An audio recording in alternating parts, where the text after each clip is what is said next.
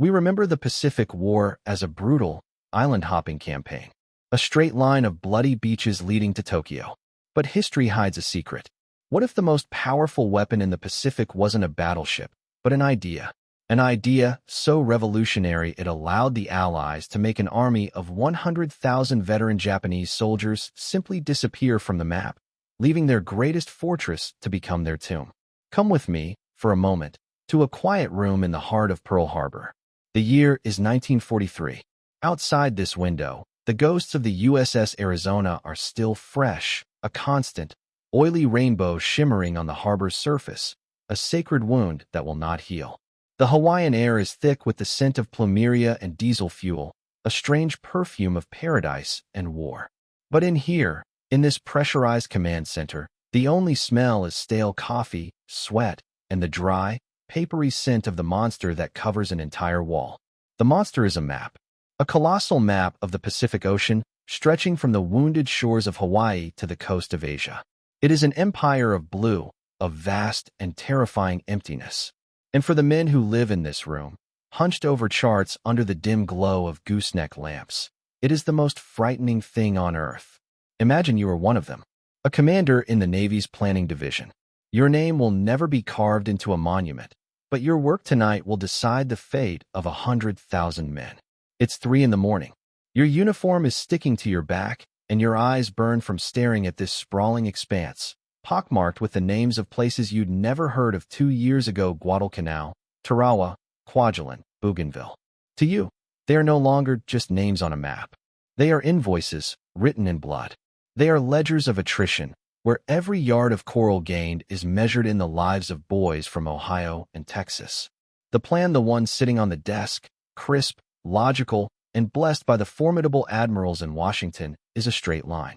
It is the very definition of 2,000 years of conventional warfare, the doctrine of Alexander, of Caesar, of Napoleon. You identify the enemy's centers of gravity, his strongest points, his castles, and you attack them. You crush his armies, you seize his fortresses, and you march on his capital. It is the logic of a sledgehammer. And right now, the biggest, deadliest, most heavily fortified castle in the entire Pacific is a place called Rabaul. On the map, it's a blood-red circle bristling with notations. Over 100,000 veteran Japanese troops, hardened by years of war in China and the jungles of New Guinea. 5 major airfields, their runways carved from the volcanic soil, home to hundreds of the fearsome Zero fighters and Betty bombers. A perfectly sheltered, deep-water harbor, a natural anchorage so vast and well-defended it was called the Gibraltar of the Pacific. Rabaul is the enemy's queen on the chessboard. It is the heart that pumps planes, ships, and soldiers to every artery of their defensive perimeter. Every rule in every military textbook ever written, from Sun Tzu to Clausewitz, screams one unambiguous command: take Rabaul. So you do what you're trained to do. You begin the grim arithmetic. You pull the after-action reports from the last campaign, the one on Guadalcanal. A 6-month horror of mud, malaria, and fighting so savage it barely seemed human. You take the numbers from Tarawa, a tiny atoll where the tide betrayed the plan and Marines died in the turquoise water, walking into a wall of machine gun fire for 76 hours, where the pristine coral was ground into bone dust. You extrapolate. You calculate the number of ships needed for the invasion force, the tons of ammunition for the preliminary bombardment, the gallons of blood plasma for the aid stations. And this is where the anomaly appears. Not on a radar screen, not in a coded enemy transmission, but right there, in the silent, accusing numbers on your legal pad. The numbers don't just look bad. They look impossible. To take Rabaul, according to the cold, brutal logic of your own data, would cost more ships than the Pacific Fleet currently has, more time than the global strategy can afford, and more lives than the American public could possibly stomach. The plan, the beautiful, logical plan from high command, isn't a strategy for victory. It's a blueprint for a national cemetery. The straight line on the map doesn't lead to Tokyo. It leads to a black hole that will consume an entire army. You lean back, the chair groaning in the humid silence. The monster on the wall seems to mock you. It is a chessboard where the enemy has placed a queen on a square that you must take to win, but you know, with a certainty that chills you to your very soul, that touching that piece means losing your entire army. The official plan, the very foundation of the war effort, has just shattered against the brutal reality of your own calculations. The map isn't a guide. It's a trap. And so, in the quiet desperation of this Hawaiian night, the real war begins. Not a war of ships and planes, but a war of ideas. A secret, desperate investigation, born from a single, terrifying question that hangs in the stale air like smoke. How do you win a war by refusing to fight the enemy's strongest army? In Washington, in the high-ceilinged, cigar-hazed rooms of the Department of the Navy, and in the humid, map-lined headquarters of the Supreme Commander, Douglas MacArthur. In Brisbane, the official explanation for the Rabaul problem was simple, clean, and backed by centuries of military doctrine. It was the logic of a clenched fist. You do not go around the enemy's fortress, you go through it. The plan had the brutal elegance of a guillotine. It was codenamed Operation Cartwheel, a name that implied a methodical, clockwork advance. The objective was to methodically dismantle the Japanese defensive perimeter, island by bloody island, and Rabaul was the master gear in that entire machine. To leave it intact was, in their minds, strategically unthinkable.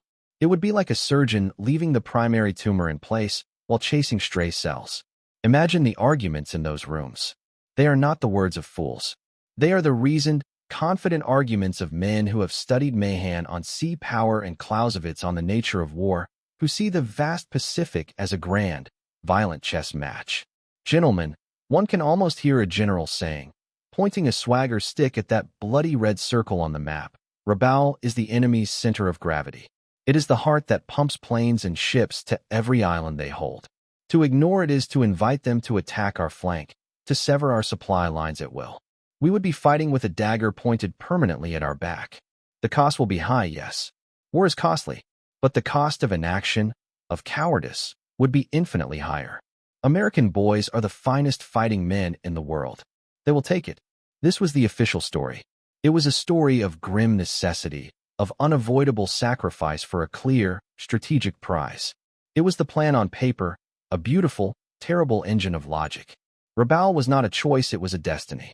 The men in that quiet room in Pearl Harbor, the ones staring at their impossible casualty projections, were dismissed as suffering from a failure of nerve. Their numbers were just numbers. The reality of combat, the admirals assured themselves, would be different. American ingenuity and fighting spirit would overcome. And then, on November 20th, 1943, reality sent its reply. The message arrived not as a reasoned counterargument, but as a scream. It came from a tiny, insignificant speck of coral in the Central Pacific, an atoll named Tarawa. The plan for Tarawa had been a perfect microcosm of the official story. It was a head-on assault against a fortified position. Planners, confident in their overwhelming firepower, had promised the naval bombardment would be so intense, so apocalyptic, that the Marines of the 2nd Division could walk ashore standing up. The island of BDO, the main objective, was barely 2 miles long and 800 yards wide. It would, they said, be over in a day. It was supposed to be a demonstration of American power. But the plan ignored a critical variable: the moon. An unpredictable neap tide meant the water over the coral reef was too shallow for the American landing craft. The Higgins boats ground to a halt hundreds of yards from the beach, leaving the Marines to wade ashore, in chest-deep water, directly into the interlocking fields of fire from hundreds of perfectly sighted Japanese machine guns. The pre-invasion bombardment had been impressive, but it hadn't touched the deeply dug-in defenders. The first reports were just fragments, disjointed and confused, crackling over the radio. Heavy fire from unseen positions. We are pinned down. Boats stuck on the reef. But High Command held its breath, confident in the plan. Then came the casualty estimates. At first, they were unbelievable, dismissed as battlefield panic. But the numbers kept climbing. 1,000 men killed or wounded. 2,000, 3,000. For an island you could walk across in 30 minutes. For 76 hours of unrelenting slaughter. The final after-action report was the contradiction made manifest. It landed on the desks in Pearl Harbor and Washington with the thud of a tombstone. It wasn't just the numbers, as horrific as they were: over 1,000 Marines killed, 2,000 wounded. It was the photographs. For the first time, and censored images of the reality of war reached the American public.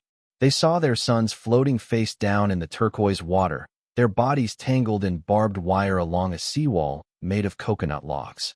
The clean, straight lines of the war plan were suddenly smeared with the filth and blood of a single, horrific beach. Tarawa wasn't a victory. It was a butcher's bill written on water. And every man in high command, looking at those photos, knew with a sudden, sickening clarity what Rabaul would be. It would be Tarawa multiplied by 100. The official story, so confident and sure in the safety of a briefing room, had just been declared fatally, terrifyingly, naive. After Tarawa, a new kind of silence fell over the planning rooms in Pearl Harbor.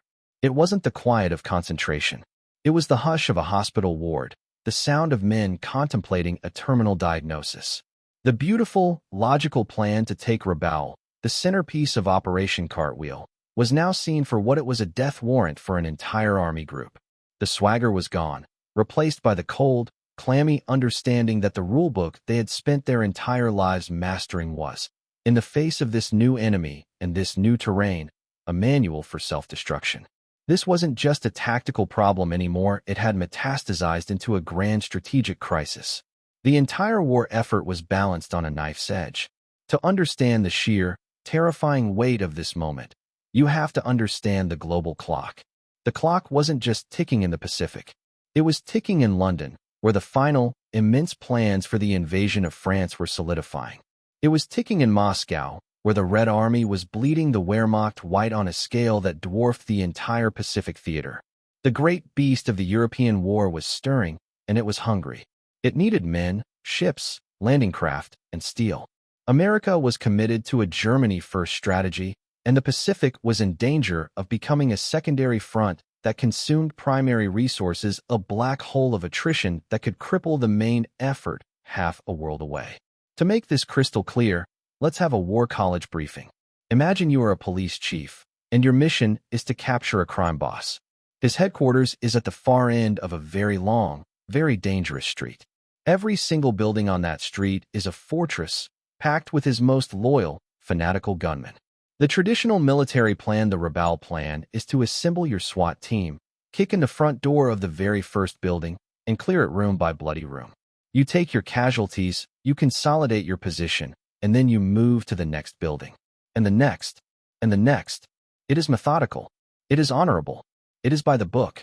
And if the enemy has enough concrete, enough machine guns, and a willingness to die to the last man, it is suicide. You might eventually get to the end of the street, but you'll arrive with a handful of wounded officers, out of ammunition, only to find the boss has long since moved on. This was the dilemma. The Japanese had turned the Pacific into a killer's alley 1,000 miles long. Every atoll was a reinforced door. Every jungle island was an ambush. They had calculated, correctly, that they could not outproduce America. But they believed they could outbleed America.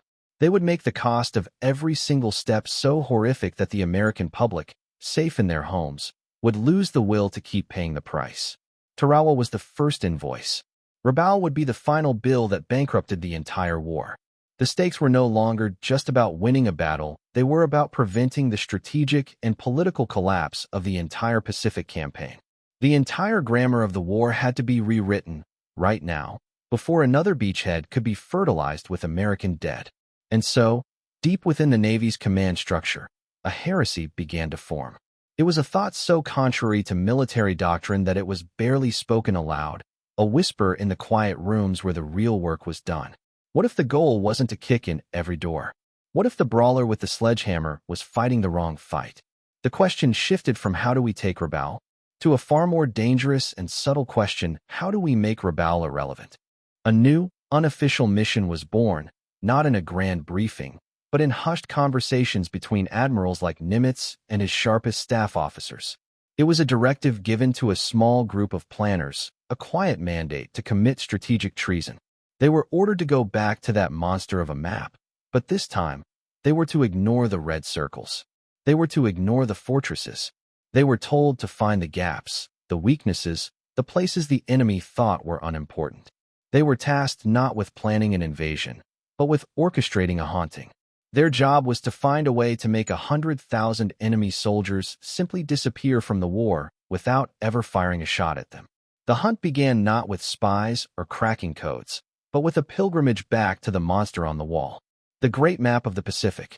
But this time, the men who stood before it looked with new eyes.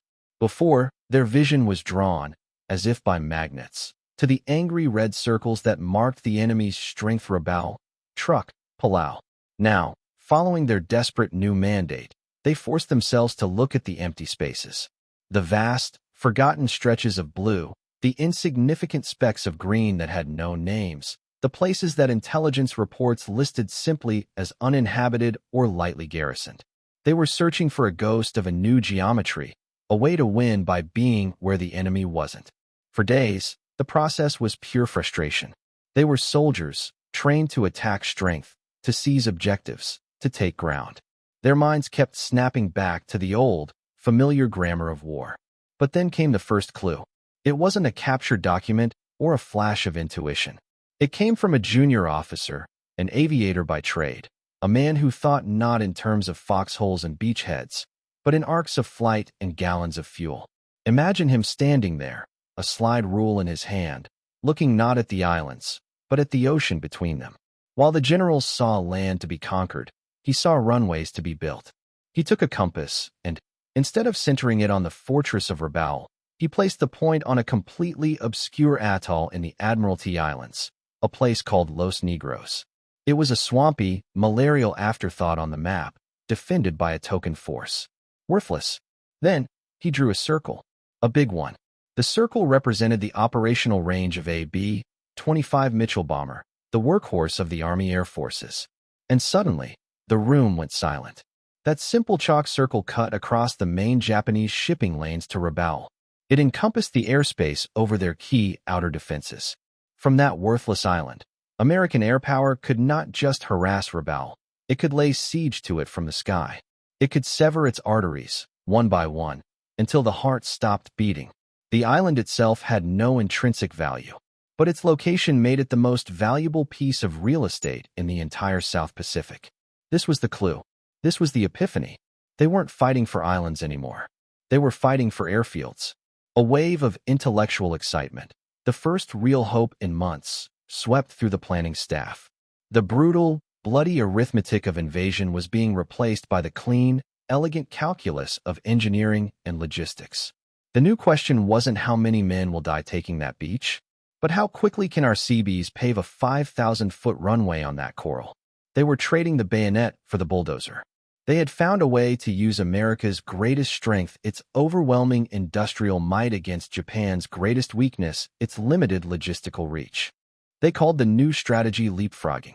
The War College briefing for it would be simple: you don't have to storm the crime boss's fortress. Instead, you find the empty lot next door, and you build a police station on it. You build it overnight. And from its roof, your snipers can command every road in and out. You cut his power, his water, his food supply. You don't waste a single man kicking in his door. You just leave him there to starve in the dark, his mighty fortress now a self-made prison. This was the plan. A strategy not of annihilation, but of irrelevance. Rabaul, with its 100,000 men, would be left to wither on the vine. It felt perfect. It felt like genius. For a moment, it seemed they had solved the entire war. They had found a way around the butcher's bill.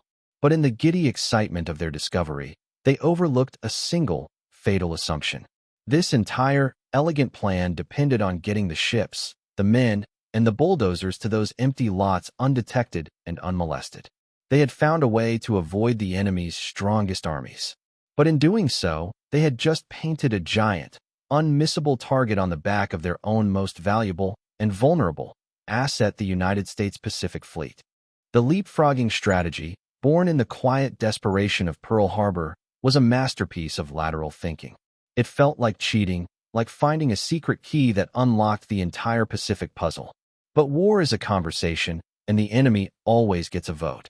As the first phase of this audacious new plan began to roll out in late 1943 and early 1944, a chilling realization began to dawn in the Allied command centers. The Japanese high command were not fools. They were not playing a static game of checkers. They were brilliant, ruthless strategists, and they had anticipated this very move. The dead and the Americans ran into wasn't a fortified beach, it was a ghost. As Allied forces leapfrogged across the islands of the Bismarck archipelago, bypassing Rabaul, they expected to find the Japanese reacting, trying to reinforce their stranded garrisons, sending ships into the kill boxes set by American air power. But they didn't. There was an unnerving quiet. The main Japanese combined fleet, the Kido Butai, the immense naval force of carriers and battleships that was the Emperor's holy of holies, was nowhere to be found. It had vanished from the maps. Radio intercepts, once a torrent of information, fell eerily silent. Naval intelligence was flying blind. Imagine you are the Fleet Admiral Raymond Spruance, a man as calm and calculating as a chess grandmaster. Your entire strategy hinges on the enemy doing what you expect them to do. But they refuse. You've built this beautiful police station next to the crime boss's fortress, but he doesn't try to escape. He doesn't send his men out to fight you. He just waits. And you realize, with a cold dread creeping up your spine, that the empty lot you built on wasn't empty by accident. You weren't the brilliant strategist who found a weakness. You were the fool who walked right into the kill zone he had prepared for you. The genius of the Japanese response was a strategy they called Kantai-Kessen, the decisive battle. They understood they couldn't win a long war of attrition. Their only hope was to lure the entire U.S. Pacific Fleet into a single, massive, winner-take-all naval engagement. A modern Tsushima Strait. They would annihilate the American carriers in one apocalyptic battle, breaking America's will to fight and forcing a negotiated peace. And the leapfrogging strategy, so clever on paper, was the perfect bait. They had deliberately left those outer islands the empty lots lightly defended. They wanted the Americans to land there. They wanted them to extend their supply lines. Because every leap the Americans took, every new airfield they built, brought the American carriers further and further west, deeper into the hornet's nest, away from the safety of their main bases. The Japanese had seeded the pawns to set a trap for the Queen. The dead end was this horrible new reality. The Americans were no longer the hunters, methodically isolating and starving Japanese garrisons. They were the hunted. With every successful leap, their most precious assets, the aircraft carriers that were the heart, soul, and muscle of the entire Pacific War, were being drawn inexorably toward a confrontation they were not yet ready for, in a place of the enemy's choosing. The promising lead had turned into a feint of grand, strategic brilliance. The simple theory of logistical strangulation had collapsed, revealing a far more terrifying truth. The Japanese weren't trying to save Rabaul. They were sacrificing it. They were sacrificing 100,000 of their own men to set the stage for the one battle that could win them the entire war. The investigation was now paralyzed. The grand, elegant theory of leapfrogging had run headlong into the specter of Kantai-Kessen. High Command was trapped between two impossible choices. They could abandon leapfrogging, go back to the head-on assaults, and bleed themselves to death on fortified beaches. Or they could continue leaping forward, knowing that with each leap, they were stretching their neck further and further into a Japanese noose, daring the combined fleet to spring its trap. The ghost fleet was out there, somewhere in the vast blue emptiness of the Philippine Sea, waiting. And the Americans had no idea where. It felt hopeless. But in war, breakthroughs rarely come from the grand strategists staring at the big map. They come from the technicians, the specialists, the people staring at the details everyone else overlooks. The breakthrough that would change everything didn't come from a decoded message or a spy. It came from the hum of a vacuum tube and the patient work of a handful of young lieutenants in a cramped, windowless basement in Pearl Harbor's Fleet Radio Unit, Pacific, the codebreakers of Station HYPO. For months, these men had been listening to a phantom symphony. The main Japanese naval code, JN-25, had been partially broken, but the enemy changed the keys and additives frequently, making it largely unreadable. So, the codebreakers were working with whispers and echoes, a discipline called traffic analysis. They couldn't read the content of the messages, but they could see who was talking to whom, how often, and from where. Think of it like watching a house from a distance at night. You can't hear what's being said inside, but you can see lights flicking on and off in different rooms. You can count the cars arriving and leaving, and from that, you can deduce the rhythm of the life within. This is what HYPO was doing. And for weeks, the rhythm had been maddeningly, terrifyingly quiet. The The combined fleet was observing strict radio silence. The house was dark. Then, in early June 1944, a new sound appeared in the ether. It wasn't a full message. It was a single, repeated character in Japanese Morse code TO. It was being broadcast from a specific Japanese naval frequency, over and over, like a beacon. On its own, it was meaningless. Just noise. A forgotten report, logged by a junior operator, sat on a desk for days. But then a brilliant analyst, a man named Joe Finnegan, connected it to something else. He remembered a detail from a captured document months earlier, a footnote in a Japanese signals manual. The character TO was a call sign. Not for a ship, not for a commander. It was the call sign for a specific training area in the southern Philippines, near a remote island anchorage called Tai. Suddenly, the house wasn't dark anymore. A single light had just flicked on in the basement. The team at HYPO went to work with a feverish intensity. They cross-referenced this tiny clue with everything they had. They found faint, low-power transmissions from Tai to various naval commands. They noticed a massive spike in aviation fuel requests being routed to bases in the Philippines and, crucially, the Mariana Islands. A long-range reconnaissance flight, sent on a dangerous hunch, came back with grainy but unmistakable photographs, the distinctive pagoda masts of Japanese battleships, the flat tops of aircraft carriers, all nestled in the remote anchorage of Tai. The ghost had a location. The enemy wasn't just waiting. They were training. They were gathering for the decisive battle. And they had chosen their killing ground, the Philippine Sea, within range of their new bases in the Mariana Islands, islands like Saipan, Tinian, and Guam. These weren't just more islands on the map. The Japanese had spent years turning them into unsinkable aircraft carriers, bristling with airfields and anti-aircraft guns. This was the breakthrough. A new, terrifyingly clear picture emerged. The Japanese plan wasn't just to fight a naval battle. It was to fight a combined battle. Their carriers would strike the U.S. fleet, and as their planes returned, they could land on the nearby Marianas to refuel and rearm, then strike again. American carrier planes, however, with their shorter range, would have nowhere to land but on their own flight decks. It was a one-sided fight. The Japanese had given their fleet a massive, stationary advantage. The American investigation had finally found the enemy's master plan. But in doing so, they had revealed a new, more dangerous path forward. To win, they had to continue the leapfrogging strategy. They had to leap right at the heart of the enemy's trap. They had to invade the Mariana Islands. The intelligence from Station HYPO was an earthquake that ripped through the command structure of the Pacific Fleet. The ghost of the Quito Butai now had a face, a location, and a clear, murderous intent. The vague dread that had haunted the planners for months had solidified into a concrete operational blueprint for disaster.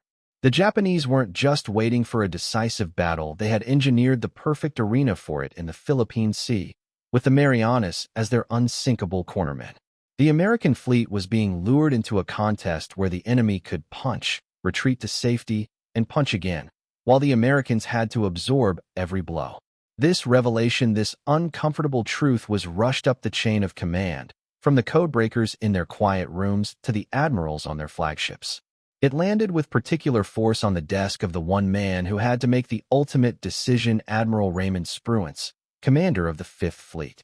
Spruance was the polar opposite of the swashbuckling naval heroes of popular imagination. He was quiet, intellectual, and notoriously cautious, a man who thought in probabilities and consequences, not glory. His nickname was Electric Brain.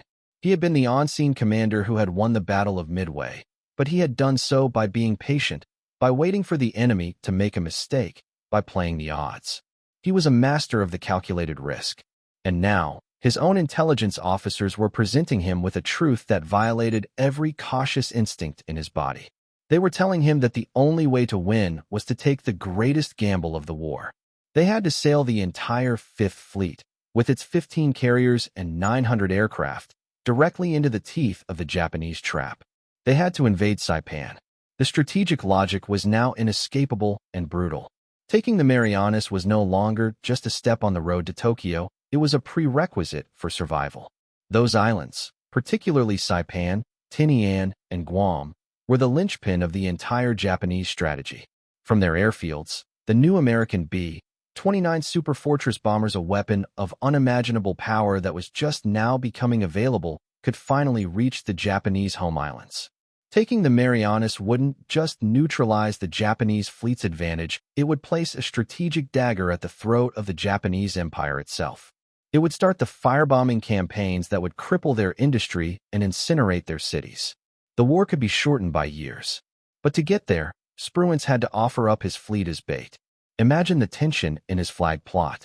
The map shows his invasion force, hundreds of ships carrying 127,000 Marines and soldiers steaming toward Saipan.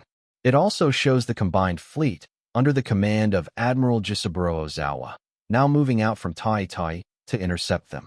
The two most powerful naval forces in human history were on a collision course. The uncomfortable truth was that the mission now had two contradictory objectives. The primary mission, as ordered by Washington, was to seize Saipan.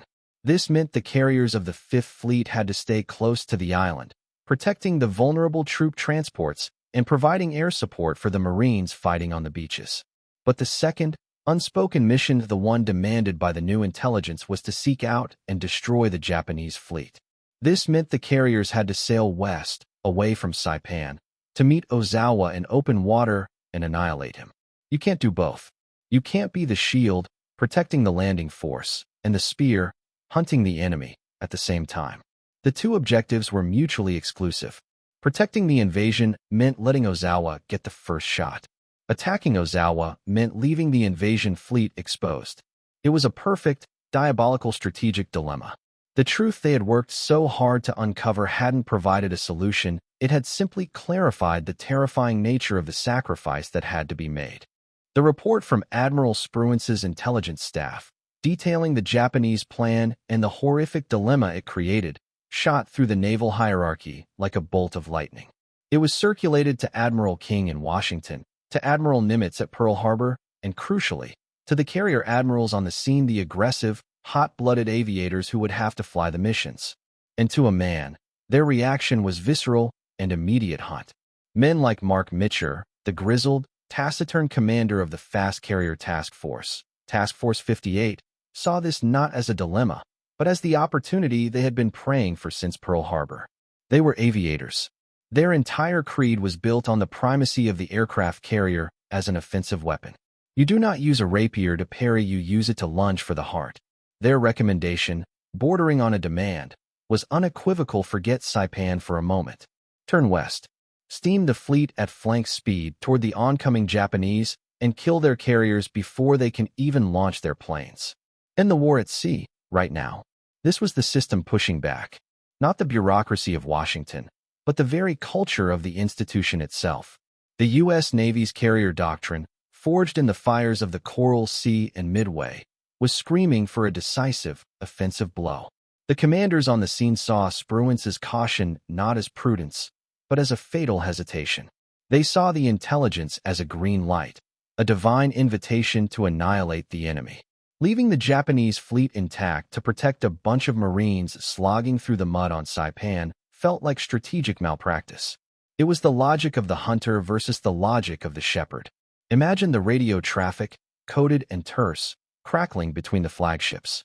Mitcher and his subordinates are signaling their readiness, their fuel states, their desire to turn west and engage. They are practically begging for the order. They argue that a crippled U.S. fleet, having won a decisive naval victory, is a better protector of the invasion force than an intact fleet waiting to be sucker-punched. In their view, the best defense of Saipan was a dead Japanese fleet at the bottom of the Philippine Sea. But Admiral Spruance, the quiet, thoughtful man at the center of this storm, refused. He read the same intelligence, understood the same hunger in his men, and came to the opposite conclusion. His primary mission, the one given to him by Nimitz, was the capture of Saipan. The destruction of the Japanese fleet was secondary. It was a cold, unpopular, and deeply frustrating order. But to Spruance, it was the only one that mattered. He would not gamble the success of the entire Marianas campaign on a single, glorious roll of the dice in open water. He issued a direct, unambiguous order. Task Force 58 was to hold its position. It would turn west to meet the enemy, yes, but only so far. It would not go on a hunt. It would stay tethered to Saipan, acting as a shield. He ordered his fleet to brace for impact. He was going to let the enemy throw the first punch. The system was apoplectic. To the aviators, this was madness. It was giving the enemy every advantage they had so brilliantly engineered for themselves. It was condemning American pilots to a defensive fight against an enemy who could land, refuel, and attack again. The order was seen as a betrayal of carrier doctrine, a failure of nerve at the most critical moment of the war. Spruance was choosing to be the anvil, not the hammer. The message from High Command from Spruance, who was High Command on the scene, was clear and final: stand down. Cease the push for an offensive strike. Prepare to defend the beachhead. The investigation was over, the uncomfortable truth had been presented, and the system had just rejected the very solution its most aggressive members were demanding. This was the absolute bottom. For the pilots and carrier commanders of Task Force 58, the days leading up to June 19, 1944, were a unique form of psychological torture. They were the most powerful naval air force ever assembled, straining at the leash, forced to watch as their quarry, the Japanese combined fleet, steamed calmly and confidently toward them. Every instinct, every ounce of their training, screamed to attack. But Spruance's orders held them fast. They felt like champions forced to fight with one hand tied behind their backs, not by the enemy, but by their own commander. The mood in the ready rooms of the carriers Lexington, Enterprise, and Yorktown was a toxic cocktail of frustration and fear. Imagine you are one of those pilots. You're 22 years old, flying a Grumman F-6F Hellcat. For 2 days, you've been flying combat air patrols, circling endlessly over the fleet, staring at the empty western horizon. You know the enemy is out there. The intelligence briefing was crystal clear: Ozawa's planes have a longer range than yours. His pilots are veterans. He can launch his attack from a position where you cannot launch a counterstrike. He will hit you, and his planes will fly on to land on Guam and Tinian, while you have to fight, land, rearm, and fight again from a moving, vulnerable flight deck. Spruance's decision to stay close to Saipan has conceded the first, and perhaps decisive, blow. It feels like a death sentence. The injustice of it is a physical weight.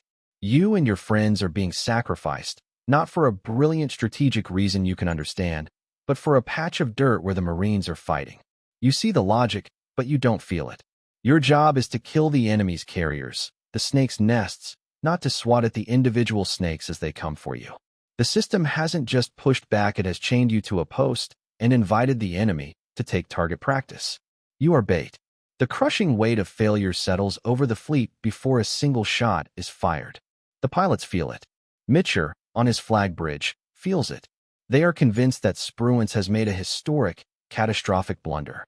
He has repeated the mistake of Admiral Fletcher at the Coral Sea, who had allowed the Japanese carriers to escape. By choosing the safe option, by refusing the glorious, risky offensive, he has doomed them all to a battle of attrition they might not win.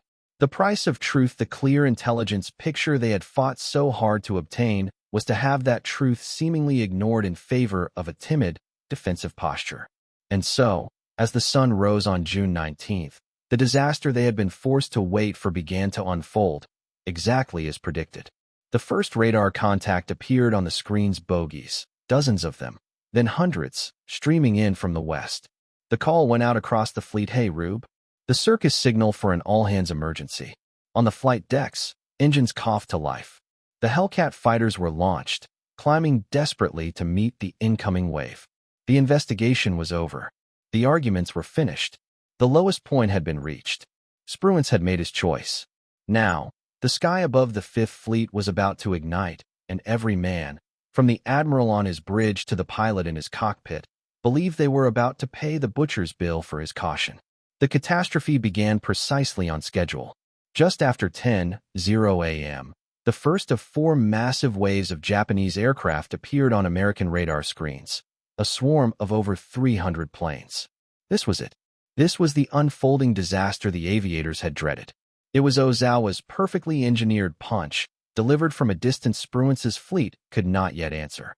For the men on the American ships, there was nothing to do but brace, man the anti-aircraft guns until the barrels glowed, and trust the handful of young men they had just hurled into the sky.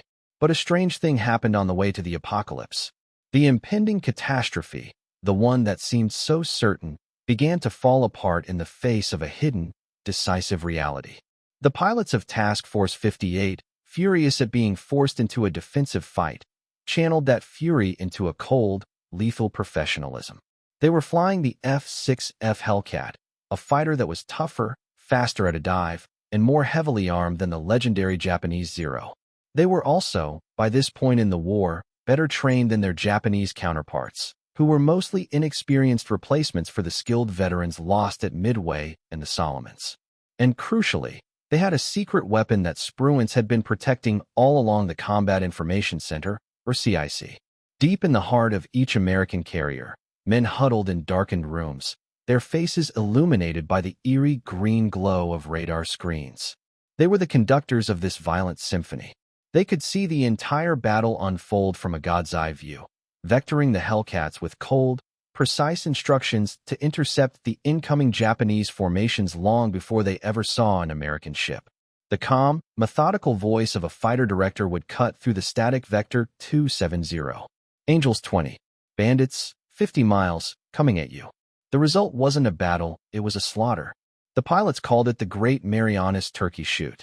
The first wave of 69 Japanese planes was met by a wall of Hellcats 50 miles out from the fleet.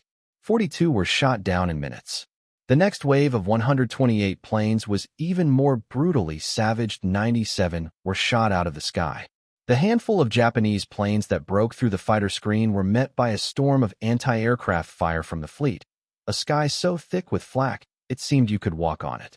The USS South Dakota took a single bomb hit. That was the extent of the damage to the American fleet. As the day wore on, the absurdity of the victory became clear. American fighters were landing, rearming, and launching again, their engines hot, their guns nearly empty, but their pilots electric with the thrill of the hunt. One American pilot, Lieutenant Commander David McCampbell, would shoot down 7 planes in a single day.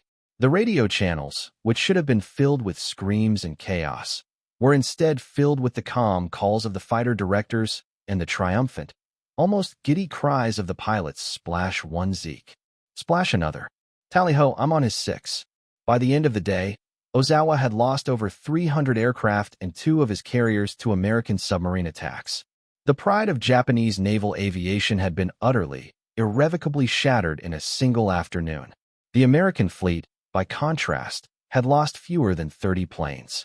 The great, decisive battle, the one the Japanese had so brilliantly engineered, had ended in the most lopsided naval air victory in history. The unfolding catastrophe had been entirely one-sided, and it was all because Spruance had refused to attack. His caution, which his own men had seen as a fatal weakness, had turned out to be the ultimate weapon. Years later, long after the guns fell silent and the Pacific was once again just a vast expanse of blue, the naval archives and war colleges began to dissect the battle that became known as the Philippine Sea. They pored over the after-action reports, the decrypted Japanese messages, the sworn testimonies of the admirals. And slowly, as the fog of war gave way to the clarity of history, the declassified file on Raymond Spruance's thinking was opened. The full, breathtaking genius of his decision, a choice that had looked like timid incompetence to his own men, was finally laid bare. A key document, a memo Spruance wrote to Nimitz after the battle, revealed everything. He hadn't been timid. He hadn't been cautious. He had been playing a different game entirely. While his aviators were thinking about the tactical engagement carrier versus carrier, Spruance was thinking about the strategic endgame. The uncomfortable truth presented by his intelligence officers hadn't been about the enemy's strength, it had been about their plan. And Spruance had realized that the most powerful way to defeat a plan is not to counter it, but to make it irrelevant. He knew Ozawa's planes had a longer range. He knew they planned to use the airfields on Guam and Tinian to rearm and strike again, the so-called shuttle bombing tactic. This was the brilliant feint, the core of the Japanese strategy. And this is where Spruance laid his trap. While his carrier commanders were staring west, waiting for Ozawa, Spruance had quietly, methodically, sent wave after wave of bombers to the east. Before the main battle even began, American planes had cratered the runways on Guam and Tinian. They had systematically destroyed the very airfields the Japanese were counting on. The declassified truth was this: Spruance knew the Japanese planes could make it to the American fleet. He also knew they had nowhere safe to go afterward. He had taken away their sanctuary. He had, in essence, sawed off the limb the enemy was sitting on before they even realized it. The Japanese pilots who survived the Hellcat fighter screens and the fleet's anti-aircraft fire flew on, searching for the runways on Guam that their commanders had promised them. They found only wreckage and smoke. Confused, low on fuel, they were forced to either ditch in the sea or try to return to their carriers hundreds of miles away, a journey most would not survive. Spruance hadn't just defeated the Japanese air attacks, he had engineered a scenario where their entire air arm would be annihilated whether they reached their targets or not. He had refused the glorious head-on charge in favor of a subtle, intellectually devastating checkmate. The quiet, cautious admiral had vindicated himself completely. The men who had cursed his name on June 18th would, in the quiet reflection of peacetime, come to understand that he had not only saved the invasion, he had saved them. And so we arrive at the final, beautiful, and terrible clarity. The aha moment. The Great Marianas Turkey Shoot wasn't just a victory of better planes and better pilots. It was a victory of a better idea. It was the ultimate triumph of the leapfrogging strategy, not just on the map, but in the mind of a single commander. Let's go back to our War College briefing for one last time. Imagine the enemy has built a perfect trap. It's a long hallway with a machine gun at the far end. That's the Japanese carriers. And there's a hidden side door halfway down the hall. Those are the airfields on Guam, where more gunmen can emerge to shoot you in the back. The aggressive, conventional plan, the one Mitcher's aviators wanted, is to charge down that hallway, guns blazing, and shoot it out with the machine gun. You might win, but you'll take heavy casualties, and you're completely exposed to the ambush from the side. Raymond Spruance looked at that same hallway and made a different choice. He ordered his men to stop, turn, and quietly brick up the hidden side door before the enemy even knew they were there. Then, he simply waited at the entrance of the hall, shield up. He let the enemy charge him. The Japanese ran headlong down their own hallway, firing their machine gun, only to find their escape route sealed. They were trapped in their own perfect trap. He didn't just win the fight, he deconstructed the entire architecture of the battle before it began. This is the echo of history that reverberates from that day. The story of the Pacific War is often told as a simple story of industrial might, of America overwhelming Japan with ships and steel. But the truth, revealed in the quiet brilliance of the leapfrogging strategy and Spruance's agonizing decision, is far more profound. It is the story of a military that was forced, under the threat of annihilation, to unlearn 2,000 years of doctrine. It was a victory won not by attacking strength, but by neutralizing it, not by seizing every castle, but by making the castles irrelevant. The map that once bled with the terrifying calculus of invasion had been transformed. Rabaul, with its 100,000 men, was left to wither, a ghost army on a forgotten island, utterly removed from the war. The great fortresses were bypassed, their garrisons left to starve, prisoners on the very islands they were meant to defend. And the Japanese combined fleet, the Emperor's sacred sword, was shattered against a wall of quiet, intellectual patience. The fog of war finally lifted to reveal a single, stark lesson: sometimes the most powerful move on the board is the one you refuse to make. And sometimes, the only way to win an impossible fight is to forget the rules and simply rewrite the map.